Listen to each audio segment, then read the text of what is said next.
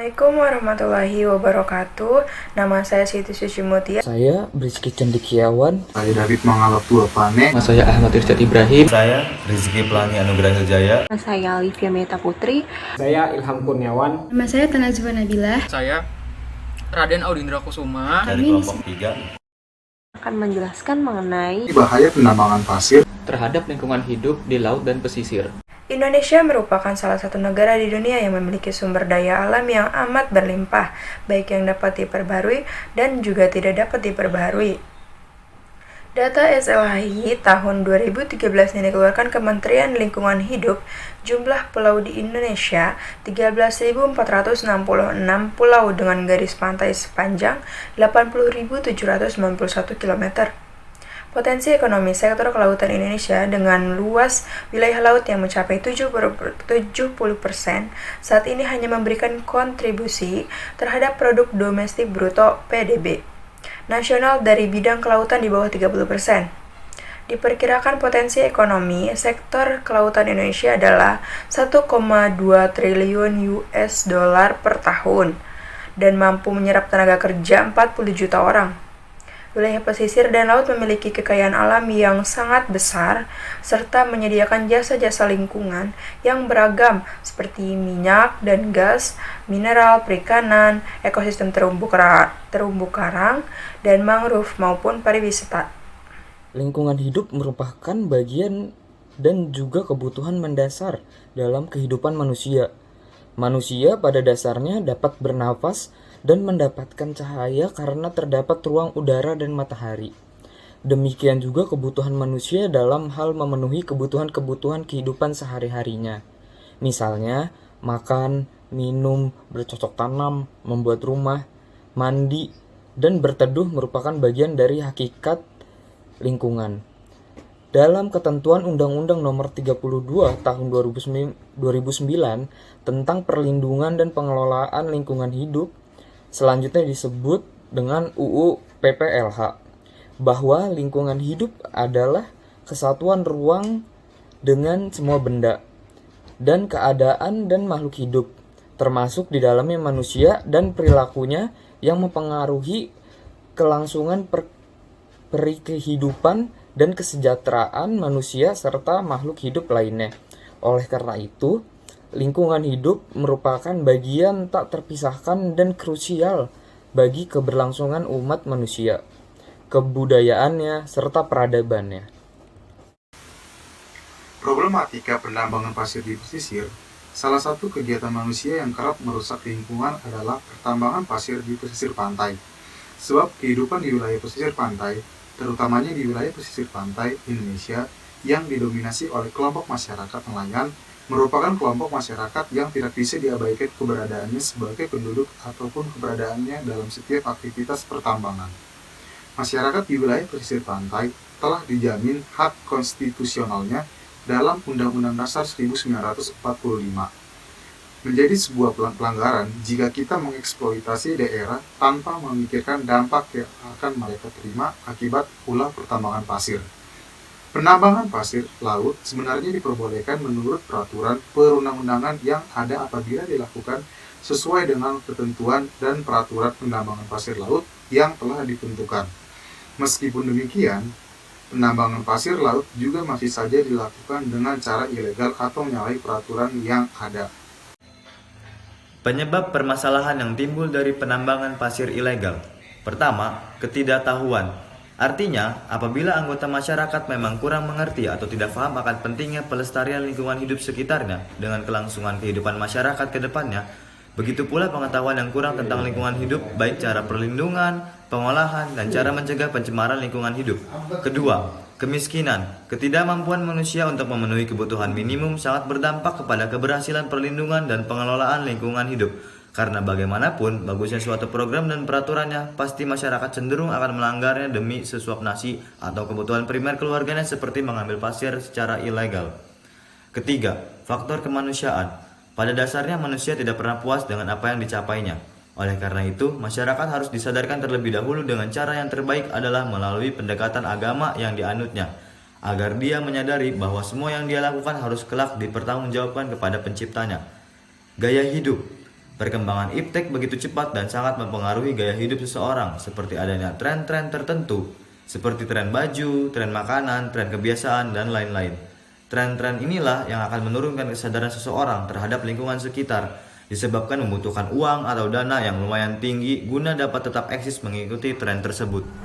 Dampak negatif penambangan pasir terhadap lingkungan, yang pertama, meningkatkan abrasi pantai dan erosi pantai.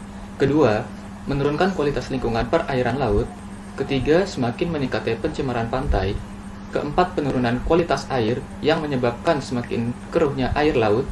Kelima, rusaknya wilayah pemijahan dan daerah asuhan. Keenam, menimbulkan turbulensi yang menyebabkan peningkatan kadar padatan tersupensi di dasar perairan.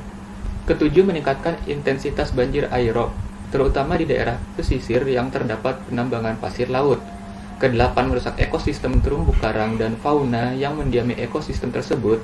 9, semakin tingginya energi gelombang atau ombak yang menerjang pesisir pantai atau laut, dikarenakan dasar perairan yang sebelumnya terdapat kandungan pasir laut menjadi sangat curam dan dalam, sehingga hempasan energi ombak yang menuju ke bibir pantai akan menjadi lebih tinggi karena berkurangnya peredaman oleh dasar perairan.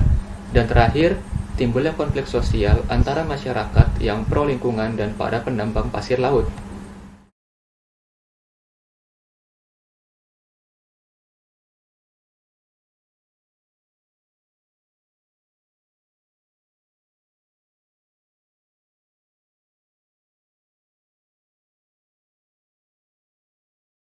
Kemudian bagaimana cara mengatasi kerusakan lingkungan yang ditimbulkan dari adanya pertambangan ilegal?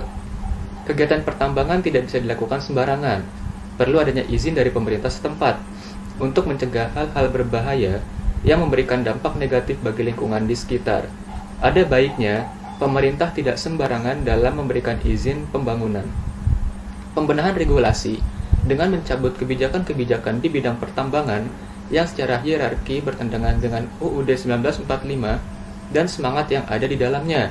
Undang-Undang Nomor 19 Tahun 2004 tentang penetapan Perpu Nomor 1 Tahun 2004 atas perubahan Undang-Undang Nomor 41 Tahun 1999 tentang kehutanan yang isinya menunjuk pada legitimasi kegiatan pertambangan terbuka yang dapat dilakukan di hutan lindung merupakan salah satu peraturan yang pantas dicabut. Pemberlakuan undang-undang ini selain bertentangan dengan asas pembentukan peraturan perundang-undangan, juga bertentangan dengan Undang-Undang Nomor 41 tentang Kehutanan dan Undang-Undang Dasar 1945 Pasal 33 Ayat 3.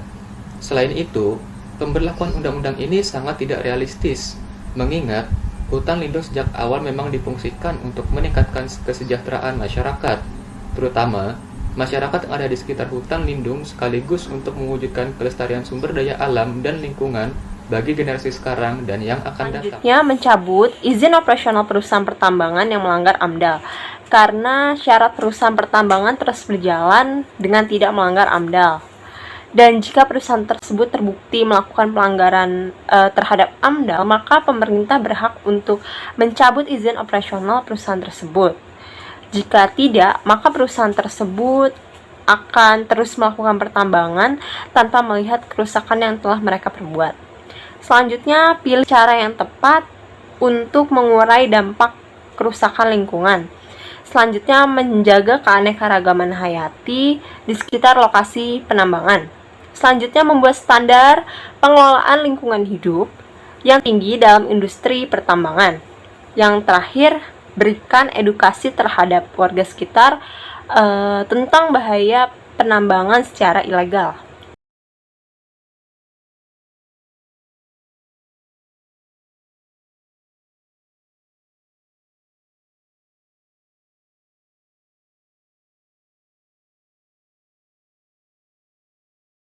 Solusi yang diperlukan dari adanya dampak pertambangan ilegal, pertama, pemerintah harus segera menerbitkan kegiatan penambangan pasir liar sesuai dengan peraturan perundang-undangan. Lalu yang kedua, memberikan penyuluhan kepada masyarakat mengenai kegiatan penambangan pasir yang baik dan benar sehingga tidak merusak lingkungan alam dan agar tersedianya sumber daya tanah. Selain itu, dilakukannya pula penyuluhan untuk bersama-sama menjaga lingkungan sekitar agar SDA tetap stabil keberadaannya. Lalu di poin ketiga, pemerintah harus berupaya membuka lapangan pekerjaan seluas-luasnya di bidang lain supaya penambangan pasir yang telah ditertibkan keberadaannya menjadi tidak menganggur. Lalu selanjutnya di poin keempat, pembatasan pemberian izin terhadap penambangan pasir. Lalu yang kelima, pembatasan jumlah penduduk. Lalu yang di poin terakhir, warga atau penambang jika memang tidak ada pilihan untuk pekerjaan lain diharuskan mengambil atau menambang pasir secara bertahap, tidak secara langsung ataupun besar-besaran. Yang terakhir ada kesimpulan. Kesimpulan dari presentasi kami adalah undang-undang peraturan yang ditentang pada masalah ini membuat pemerintah Indonesia dan aparat penegak hukum lainnya harus segera mengusut tuntas kasus-kasus penambangan ilegal yang masih terjadi, sehingga pelaku dapat dihukum sebagaimana mestinya, dan kejadian yang telah terjadi diharapkan tidak terulang kembali. Sebab hal tersebut akan mengganggu kestabilan lingkungan alam sekitar dan tentu dampaknya akan kembali ke manusia itu sendiri. Tindakan tersebut juga telah melanggar hukum dan aturan perundang-undangan yang ada, antara lain Pasal 36 ayat 1 Undang-Undang Republik Indonesia Nomor 32 Tahun 2009. Yang kedua ada Undang-Undang Republik Indonesia Nomor 27 Tahun 2007 dan direvisi dengan Undang-Undang Republik Indonesia Nomor 1 Tahun 2014 tentang pengelolaan wilayah pesisir dan pulau-pulau kecil. Dan yang ketiga ada Pasal 109 Undang-Undang Republik Indonesia Nomor 32 Tahun 2009 tentang pengelolaan lingkungan hidup. Selanjutnya saran. Kasus penambangan pasir ilegal di Indonesia memang sudah seringkali terjadi dan berulang. Padahal hal itu merupakan hal-hal yang dikecam keras apabila dilakukan. Kasus tersebut banyak sekali melanggar peraturan-peraturan yang tertulis, khususnya terdapat dalam Undang-Undang Republik Indonesia Nomor 32 Tahun 2009 tentang pengelolaan lingkungan hidup. Pelanggaran seperti ini juga bukan hanya dikecam dalam peraturan yang sudah tertulis saja, namun juga dikecam oleh publik. Karena selain melanggar nilai hukum praktik, ini juga melanggar nilai-nilai sosial. Maka dari itu, mengapa peristiwa ini menjadi pusat perhatian publik dan mungkin akan terus selalu seperti ini? Walaupun pelaku dari kasus ini mungkin telah mendapatkan hukuman atas apa yang telah mereka lakukan, namun bukan berarti kasus seperti ini tidak akan terulang kembali. Peristiwa seperti ini dapat menjadi bahan pelajaran dan evaluasi dari tiap pemerintah di daerah agar kejadian ini tidak terulang kembali. Monitoring yang kurang maksimal dapat berdampak atas terjadinya peristiwa tersebut. Maka dari itu, monitoring maksimal dengan memeriksa segala hal lalu pengedukasian serta penindakan yang tidak setengah-setengah dirasa sangat perlu dilakukan untuk meminimalisir peristiwa ini terulang secara terus-menerus. Sekian pemaparan Dari kelompok kami. Kurang lebihnya mohon maaf. Wassalamualaikum warahmatullahi wabarakatuh.